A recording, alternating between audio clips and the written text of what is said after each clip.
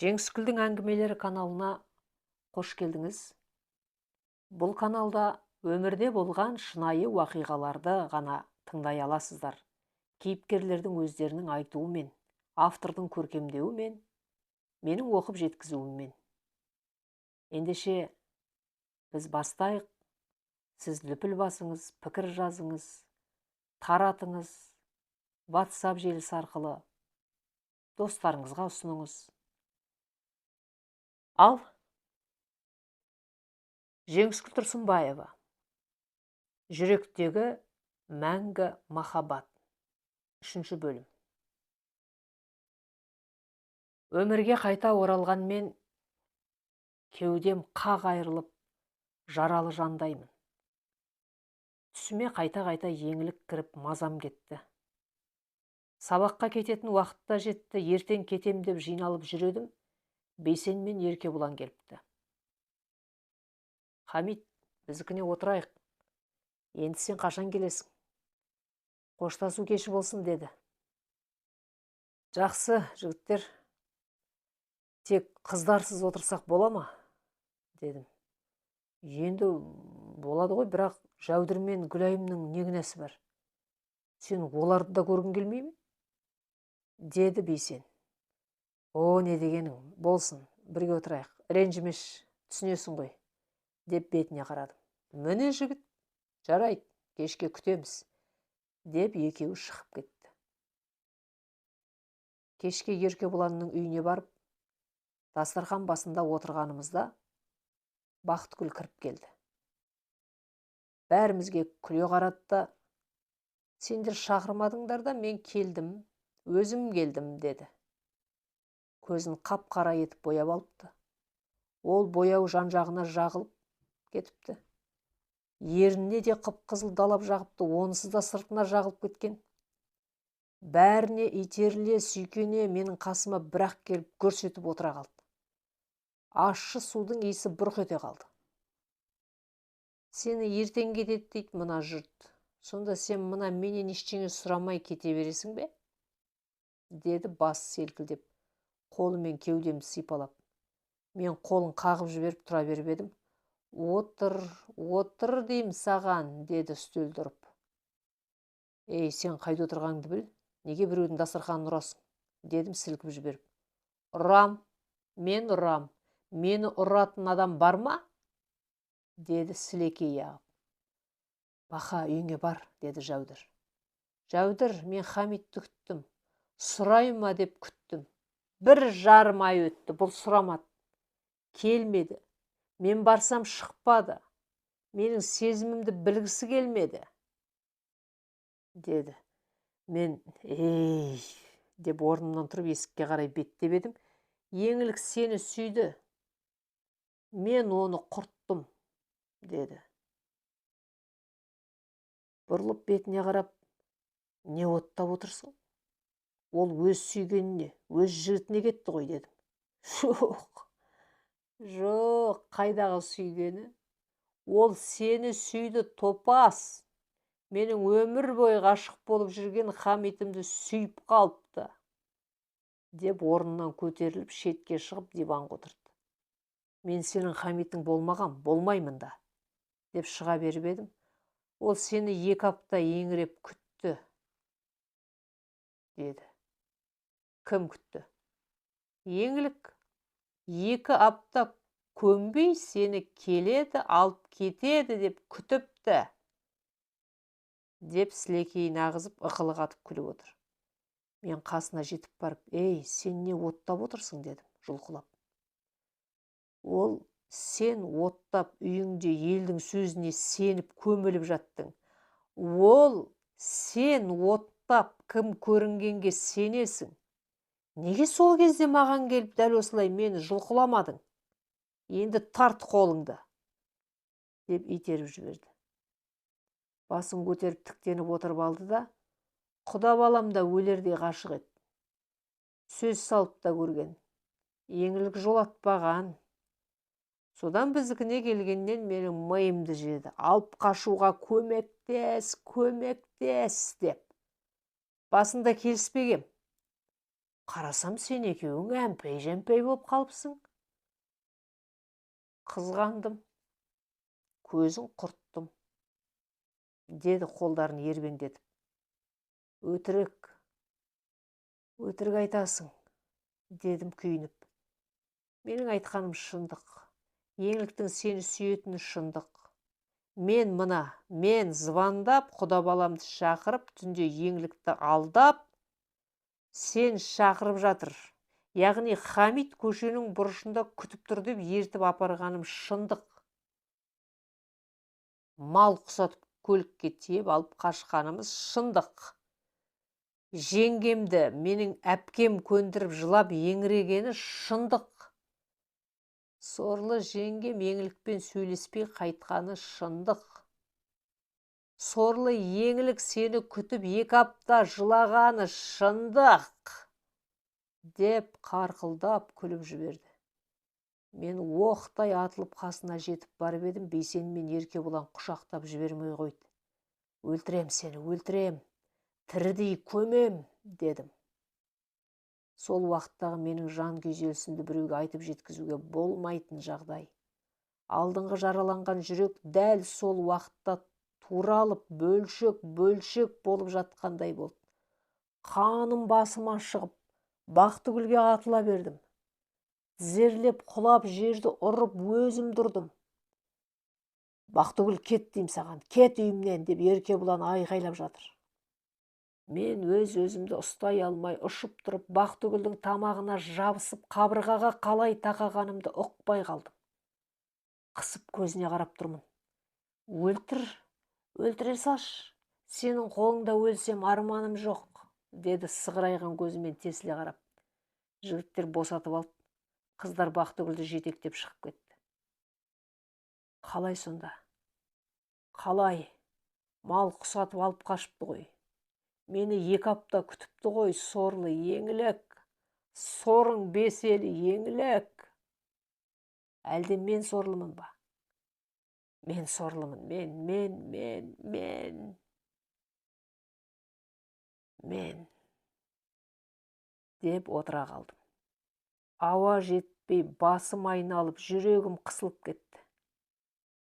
Ертеңіне Алматыға өкініш, қуыс, бос кеудеммен кеттім. Еңлікті іздеп бармадым. Ол көнігіп, жаңа өмірге үйреніп қалғанда, қайта жүрегін ауыртпайын дедім. Біраз жыл ауылға бара алмай жүрдім. Оқуымды аяқтап, дипломымды қолыма алғанда, Бейсен мен Жәудірдің үйлену тойы болып соған бардым. Той керемет өтті. Ертеңіне Еркебұлан мен Гүлайымды да құттықтап қайтпаққа Еркебұланның үйіне бардым. Олар құшақ жая қарсы алып, дастархан басында отырғанда Болат келді. Мен Болатқа қарап отырып, «Өке, сен де отбасылы болыпсың, құтты болсын», дедім. Болат басын изеп отырып, «Рахмет, Хамит, рахмет. Сен маған өкпелеме. Мен де сол күні өсекшіл қатын құқсап, үйдегі қатындардың өтірік әңгімесін жеткізіппін. Жолыңнан тоқтаттым. Қу қызғаныш ішімдегі қызыл ит сыртыма шығыпты. Еңлік маған көңіл бөлмей сені таңдағанына ашуым келген еді. Қашып кетті дегенде сенен өш алғым келіп, талай нәрсе айтыппын», деді. Бөке, өтті кетті. Осы Еркебұланның үйіне келсем, әрдайым менің тағдырым талқыға түседі екен. Болды, мен сені кешірдім, дедім. «Рахмет, бауырым», деп қолын созды. Болаттың қолын алып отырып, «Мен неге өз қателігімді басқалардан көруім керек? Мен өзім Бақтыгүл айтпақшы еңлікті іздеп артынан қуып барып, өз аузынан естіген соң баз кешуім керек еді. Мен қателік жасап үйіме тығылып қалғанмын», дедім. «Естіп, болмаса көргендерің бар ма? Осы 5 жылда еңлік қалай екен?» деп Гүлайымға қарадым. Еңлік туралы әпкесінен сұрағам, біраз жыл қатты ауырып емделіпті. Құрсақ көтере алмай жүріпті. Оқуын аяқтап, қазір ата-енесінің қолында, биыл құрсақ көтеріпті, әні-міне күтіп отыр екен. Күйеуі қатты сыйлайды екен, деп қысқа жауап берді. Ең бастысы бақытты болсыншы. Аллаға шүкір күйеуі сүйет. Сүйген адам ол бағалай білет, дедім. Сол кездесуден кейін мен ауылға көп бармадым. Отбасында құрмадым.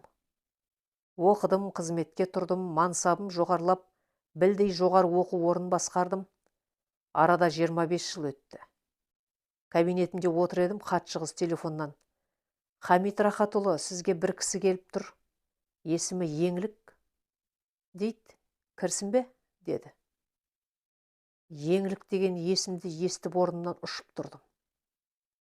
Жүрегім қысылғандай болып, түрлі ойлар жүгіріп өтті. Хамит Рахатұлы, естимісіз? Хамит Рахатұлы деп хатшы қыз қақсап қоймайды. Тілім таңдайыма жабысып қалғандай әрең кірсін дегенді айттым. Өз жай күйімді өзім түсінбей кеттім. Біресе отырдым, біресе тұрдым. Сол Еңлік пе? Мүмкін басқа Еңлік шығар. Басқа қандай Еңлік бар еді деп өз-өзіммен алысып кеттім. Есік ашылып, Еңлік баяу басып кіріп келеді. Ұзын қара шалбар, ақшыл жасыл түсті кофта, биік өкше киген, иығында қол сөмкесі бар. Бұрынғысынан да әдемі болып кеткен, өте сұлу. Бір бозарып, бір қызарып бөлменің ортасына келді. Мен де қарсы шықтым. Еңліктің көздері жасқа толып ағып кетіп те жатыр.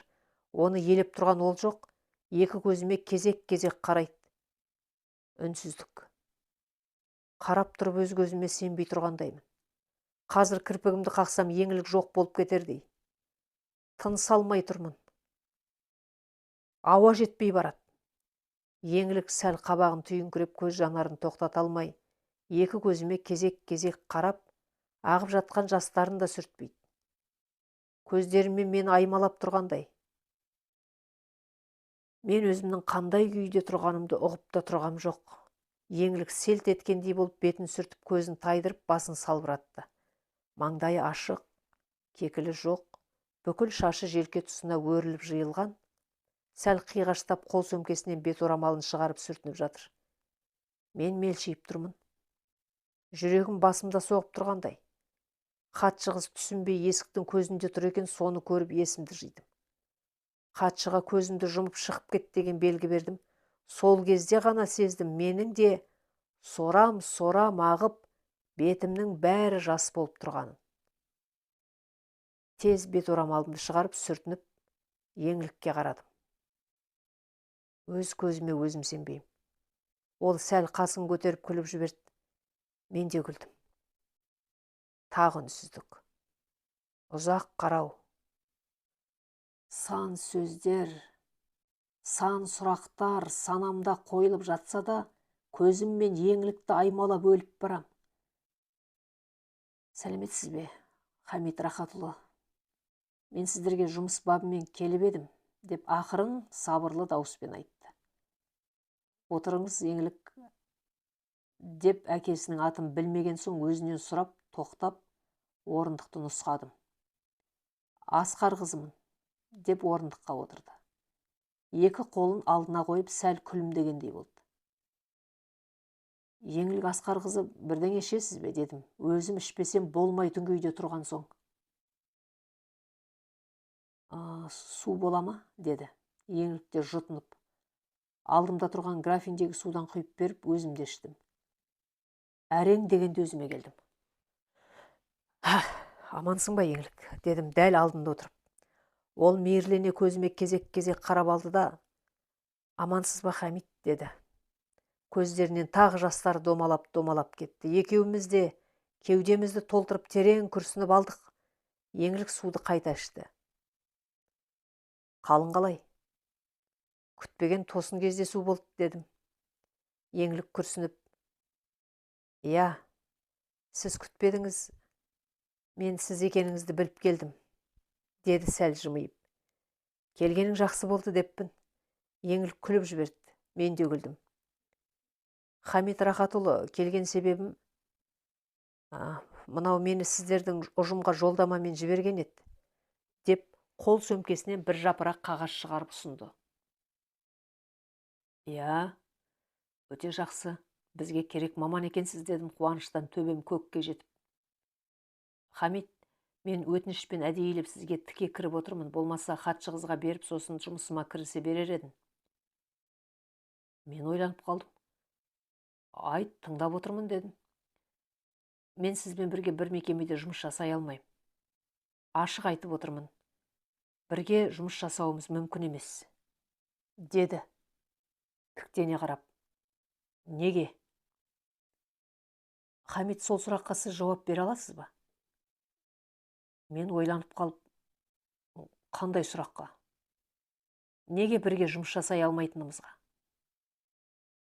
Мен еш қиындықсыз сенімен қуана жұмыс жасай алам, дедім батылдана. Қуана? Деп көзін төмен салып біраз отырды да, мен сізбен бірге жұмыс жасай алмайым. Қазбалап сұрамаңыз. Тек мені басқа мекемеге ауысуыма көмек беріңіз, деді. Еңлік, сен маған сенбейсің бе? Дедім жақынырақ қасына жылжып отырып.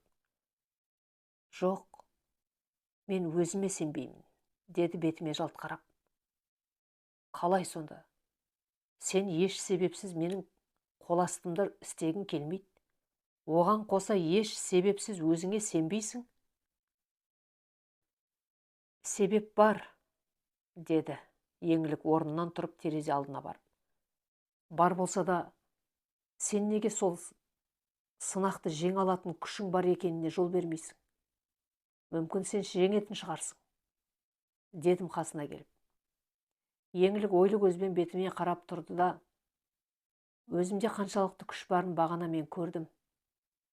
Сізде қаншалықты ұстамдылық барын сездім. Өтініш, мені босатыңыз. Қинамаңыз. Аяңыз, деді жасы ағып. Мен табалатын болсам да көп жыл сені іздемедім, мазаңды алмадым, жүрегіңді тырнамадым.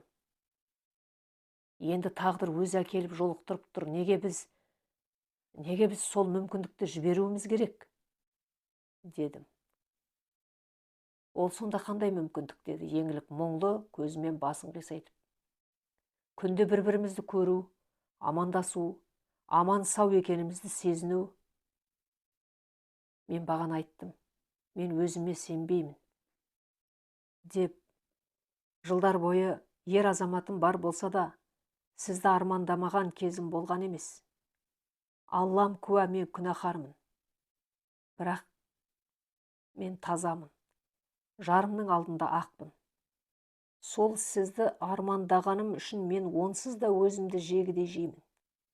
Сіздің қол астыңызда жүрсем, маған сөз ереді, күйе жағылады, болмағанды болды деп өсек кетеді. Мен білетін, мен сүйген Хамит болсаңыз, сіз мені мына топырлаған қызметтестеріңіздің бірі деп қарамайсыз. Сіз маған көңіл бөлесіз. Мені көрген сайын ойға кетіп, жүйкеңізді тоздырасыз. Тағы да өтінем, мен ауыстырыңыз, босатыңыз. Өзіңізді де, мені де қинамаңыз, деді.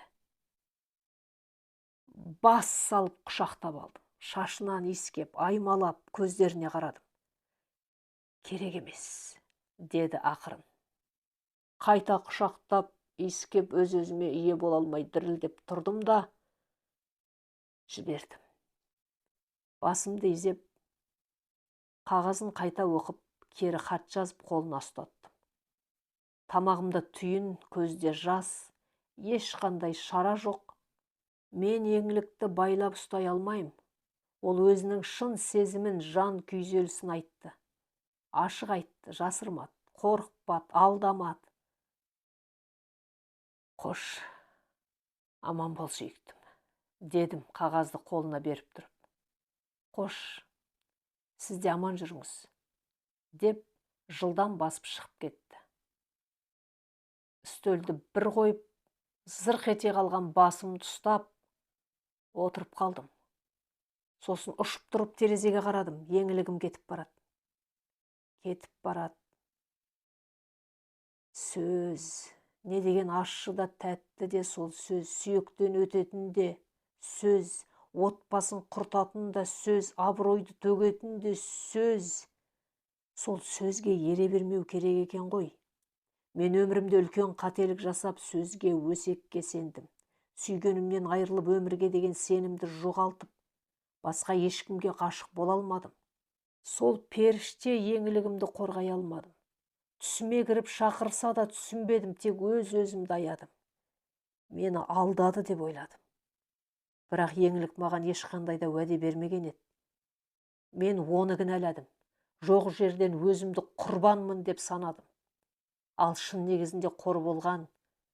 Жоқ жерден ақымақ Бақтыгүлдің арманы үшін өз бақытының сезімінің құрбаны болған жалғыз еңлік еді. Тап-таза, пәк, адал, ару еңлігім, кешір мені. Менің саған деген махаббатымды тас-талқан қылған біреудің орынсыз қызғанышы болатын. Сол бір таза ақ сүйіспеншілік, ақ сезім, ақ махаббат арманда кеттің ау.